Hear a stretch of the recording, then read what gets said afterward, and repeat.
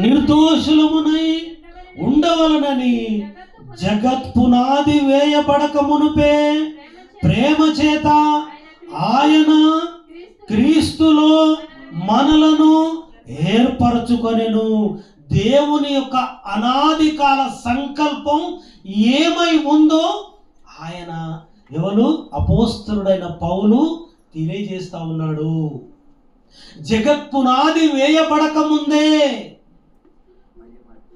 జగత్పునాది వేయబడక ముందే ఏంటట, క్రీస్తును మన కోసం నిర్ణయించి క్రీస్తులో మనం అందరం ఆయనకు కుమారులనుగా స్వీకరించాడట, కావాలనుకున్నాడు.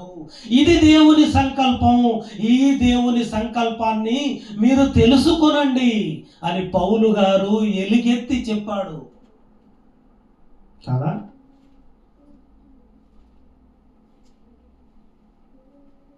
ప్రేమల దేవుని వారలారా, క్రీస్తులో ఉంది నిత్య జీవం. క్రీస్తులో మనం విశ్వాసం ఉంచాలి. క్రీస్తు పైన మనం విశ్వాసం ఉంచితే మనము దేవునికి ఇష్టలమై ఉంటాము, దేవునికి ఇష్టలమై ఉంటాము. ప్రియమైన వారలారా, ఈ ఇజ్రాయేలీలు వారు దేవునికి ఇష్టలుగా లేరు. దేవుడు ఎంతగానో ప్రేమించాడు, దేవుడు ఎంతగానో వీరిని ప్రేమించాడు. వీరిపైన ఎందుకు ఉగ్రత, ఎందుకు వీళ్ళు ఇన్ని ఇబ్బందులు పడుతున్నారు, ఇన్ని బాధలు పడుతున్నారు, ఇన్నిసార్లు వీరు శ్రమలు అనుభవిస్తున్నారు అని అంటే దేవుని యొక్క ఉగ్రత అది. ఎప్పుడైతే వీరు క్రీస్తును తెలుసుకుంటారో ఆ రోజు వీరికి సమాధానం కలుగుతుంది. ఇది దేవుడు చెప్పిన మాట.